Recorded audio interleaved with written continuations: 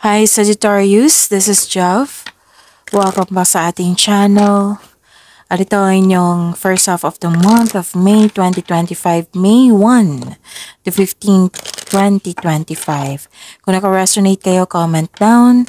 Kung hindi kayo naka-resonate, ibigay niyo po sa iba kasi general reading po ito. This is for you, Sagittarius, ngayong May 1 to 15, 2025.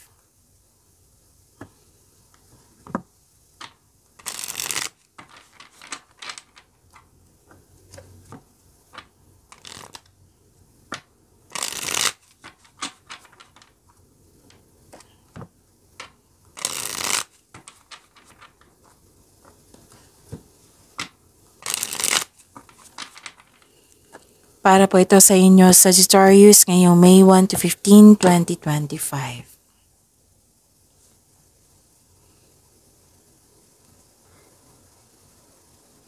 Maraming salamat po sa inyong patuloy na suporta at maraming salamat din po sa mga hindi nag-skip ng ads. Gamitin ang reading na ito bilang gabayan lamang sa mga hindi pa nag-subscribe. Subscribe na po kayo at click bell notification para malaman nyo na may bago tayong video.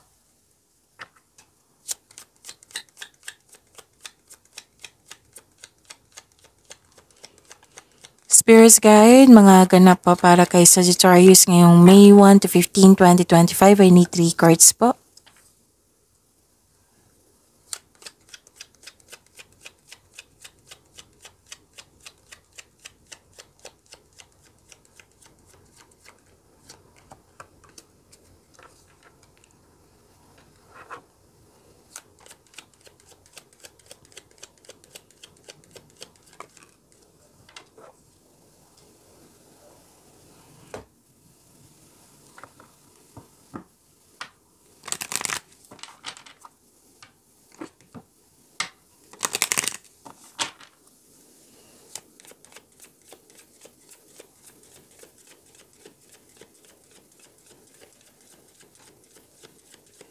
Spirits Guide, message pa para kay Sagittarius ngayong May 1 to 15, 2025. I need 2 cards po.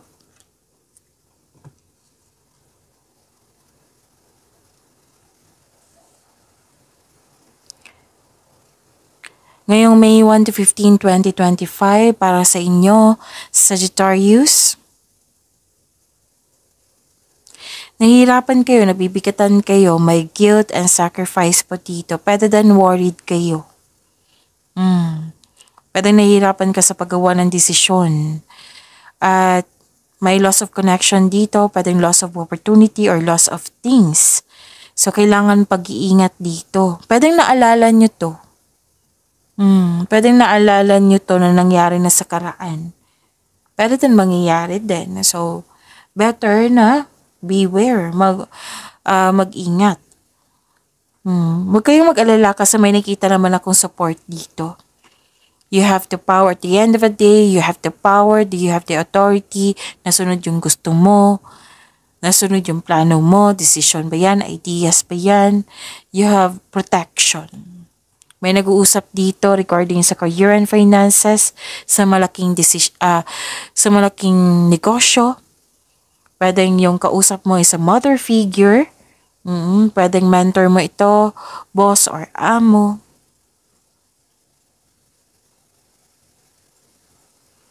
Ito ang ganda. Let's read. Your hard work is paying off. See that? Ang ganda. So, dyan tayo. Kapit tayo dyan. And a new start is coming. So, after this emotion, mabibigat na pakiramdam, may support na mangyayari and resulta sa inyong sipag at tiyaga and a new start is coming. See? Ganda.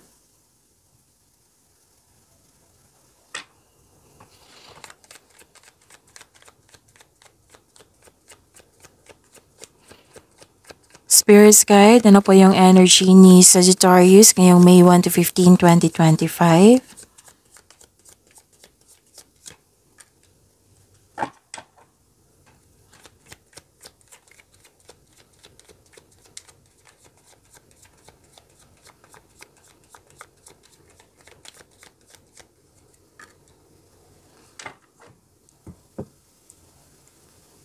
Kung may narinig kayo or may nakita kayong repeating message, like for example, nanood kayo sa isang video natin sa channel natin at may napansin kayo na ulit na mensahe, yan yung po yung pinupush ng cards na kailangan yung bigyan ng atensyon, solusyon at aksyon kung maaari po. By the way, Sagittarius, sa mga hindi pa nakapanood, may dalawang video kayo kahapon tungkol po sa May 2025. Dalawang video po yun. Yung isa is general reading na may love reading. Yung isa is nakafocus sa career and money.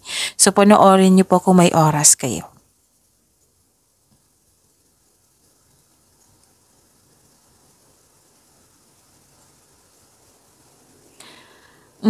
May nakita ko ditong concern. Pwedeng kayo ito or concern mo to sa isang tao. May nakita ko ditong may taong sobra sa alak, partying too much, or na-drain yung energy, or sobra sa trabaho, kaya na-drain yung energy. Sobra sa pag-iisip, kaya na-drain yung energy. May tension din dito sa connection sa isang tao. May gossip, boundary issues, hindi nagkaroon ng pagkakaunawaan. Pwede din tungkol po ito sa third party kasi may nakita ko dito nakipag-inuman, nakipag-flirt, magkakaroon ng affair.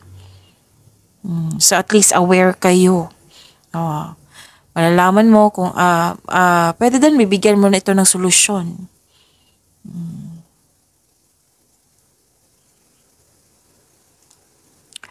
Okay, so ma-overcome nito. Sabi ng card, overcoming obstacles. So claim nyo yan, resilience.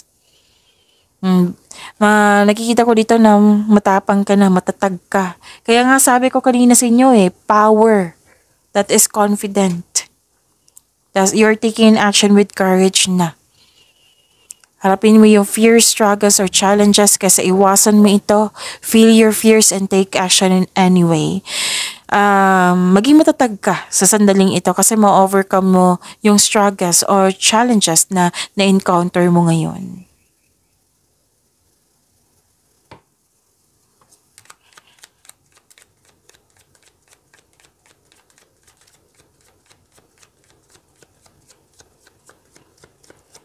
Spirits guide, career and money po ni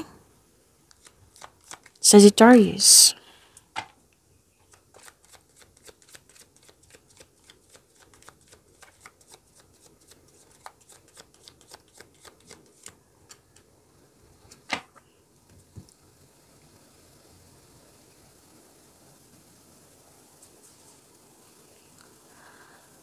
Okay, may ano dito umiwas na lang kayo sa strong personality na tao. Oo, kanina pa to sa energy card nyo. Pero nakita ko naman dito na guarded kayo, ayaw nyo na masaktan ulit. Tapos umiwas na lang kayo sa chismis.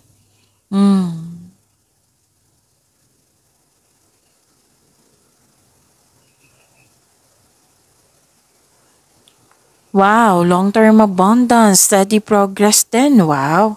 Sa mga nag-invest po, mukhang nagkaroon ng mabagal na resulta pero huwag kayong mag-alala, kailangan nyo ng mahabang pasensya kasi ito ay magbubunga ng masaganang resulta kung hayaan mo lang itong magbunga. So continue to take steady action on your goals while remaining patient and realistic about your expectation.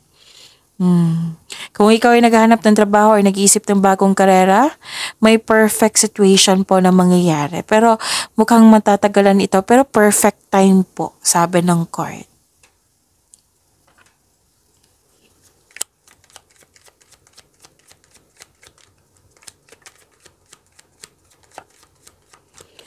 Spirits guide, love, life, self-love, partnership, and romance ni Sagittarius ngayong May 1 to 15, 2025.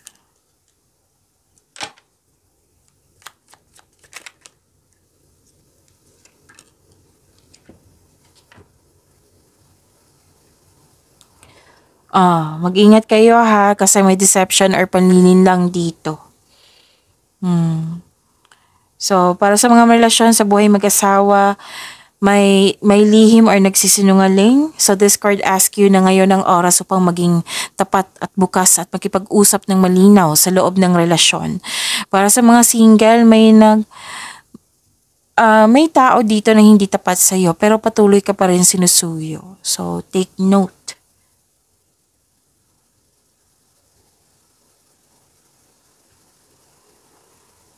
Okay. So, yan ha. May opportunity dito or may nagsabi sa inyo na or may tao na tinanggap nyo na nagsisisi kayo. Pwede din opportunity ito na tinanggap nyo na nagsisisi kayo. So, yun. At least, alam nyo at mabigyan nyo ito ng solusyon. Okay, so pag-imanin nyo po yung blessings sa binigay sa inyo, Sagittarius. See you tomorrow.